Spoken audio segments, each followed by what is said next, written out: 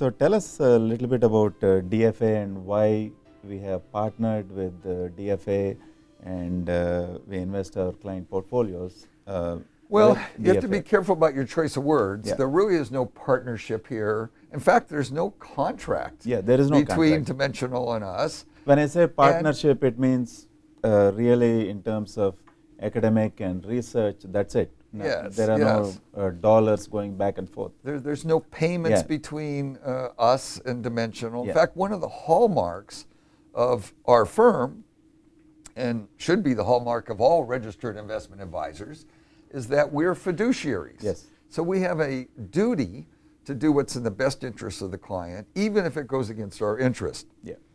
Also, we keep this as pure as possible by only accepting compensation from our clients. Yeah. So clients don't have to worry that we're selecting some investment because they're paying us Yes. a load or a 12B1 fee or some form of payment. So that has nothing to do with it. What it really has to do with is a very thorough analysis of investors' choices, where they could put their money. And I like to simplify this a little bit by saying, let's take all the universe of investment choices out there. Well, we now have learned that anything that's actively managed, basically it's a manager making a forecast and then making a bet on that forecast. That's how you should think about active management. Now, another way to think about them is they're trying to earn some excess return over some appropriate benchmark, right? So anything that's actively managed gets off the table. We just get rid of that. Yep.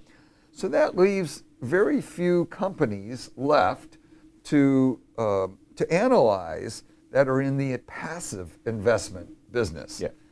The largest of which and the most famous would be Vanguard. Then you have BlackRock's iShares product line. But you even- also have State Street. Go ahead. But even Vanguard and BlackRock, they do some part of active management and hedge funds, and Well, they're not pure. this is the crazy thing Yeah. is that the executives of these companies who are offering these passive products, it's shocking to me that if they really understand why they offer the passive, Yeah. why are they offering the active? Exactly. I think the short answer is they make a lot more money on the active products. And I've proposed to Vanguard, I've proposed just about every active manager. In fact, I proposed to the SEC that we should not even have active managers. They're basically wasting the money and the time of investors. And the academic research is very clear now that there is no hope that an investor will determine in advance who will generate alpha in the future. Yeah. And the short reason that is that we've determined that all that alpha is just a matter of luck. Yeah. And nobody knows who's going to be the lucky winner. Yeah. So to get back to Dimensional, when you get rid of all the active choices and you're left with just passive, then it's a question of analyzing what indexes they are tracking.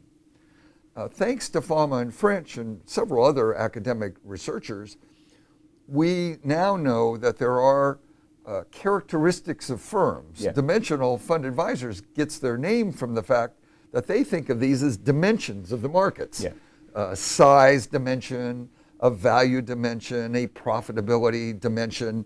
And each one of these, you can rank companies by the largest size to the smallest size, by high profitability to low profitability, to high book to market to low book to market on a value scale.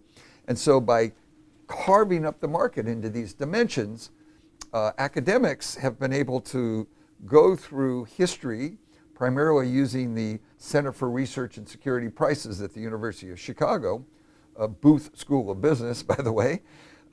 They can look at this data over long periods of time, going all the way back to 1928, and they can develop these correlations between company characteristics and the returns that were earned on those securities over that period of time. That is known as asset pricing model. And it's one of the reasons that Eugene Fama earned his Nobel Prize in 2013, the other being that the efficient market hypothesis, which is basically all information is embedded in prices. But through the two of those concepts, you can say, I want to be passive because prices are fair. And then secondly, among equities, I want to own more value, or I want to own more small, or I want to own more profitability, because as I look at history, I've seen that there's greater returns there. So now I want to look at the indexes available, and I want to look at indexes that have stronger tilts to these dimensions of returns that have correlated with returns in the past. Yes. And that's what dimensional has done that's so unique, is they've kind of created their own indexes. They don't go license indexes from other third parties. They create them in-house, and then they manage their funds based on those indexes. And that is the key difference. It is the primary difference. Primary difference. When you're looking among passive firms, the primary determinant of the return differences are the factor exposures. Yeah. Now, Vanguard would like you to think the primary difference is just the fees. Yeah. Fees are certainly important, but they're not the only determinant. Yep. And we've looked at funds where one fund is 7 basis points, another one's 50 basis points. And even the 50 basis point fund over 19, 20 years would earn as much as 100 basis points higher returns. And we have the chart on our website. Well, you mean on our app? Yes, on our app. The new app. Yep. Right here, you just pull it up. In fact, I want to show you, you can just go to favorite charts right here, and then you can scroll down, and there's a nice little chart here.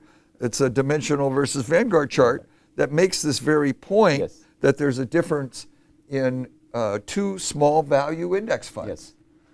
This was one of my early revelations. I was reading a book by Charles Ellis where he was talking about there's a new firm coming out with new small and value funds. What is that? It turned out it was dimensional funds.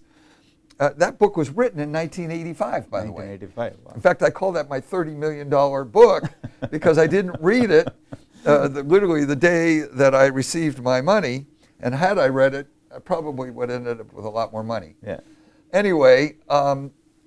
And these factors like small value and profitability, they come to existence like once in 10 years? Or well, Venkat, you're hitting on another very confusing concept for investors. Yeah. And it's why I wrote step 8 in my book, entitled it Risk Ease. Yeah.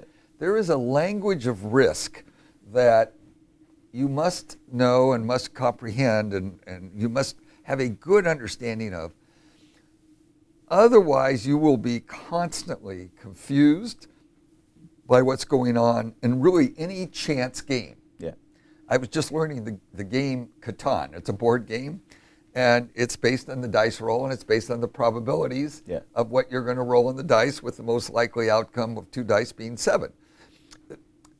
Investors have to understand probability distributions. Yeah. And what you're getting at is we expect to get a certain premium for owning small cap stocks. In fact, we can, again, go to this app. I wanted to look this up.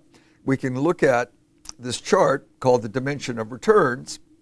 And on this chart, since 1928, small companies versus large companies have had a difference in return of 2.29%. That is the premium. That's the excess return we expect for owning these riskier securities in small cap. But, so 2.29 is the center of a probability distribution of future outcomes. Yes. But just like we show you in the random walker or the Galton board, as those expected returns leave the center, there is lots of room for them to bounce to the left or bounce to the right in the distribution of this bell curve. Yes. And what you have to do is collect a very large sample of these expected returns for you to expect to get that average. Yeah.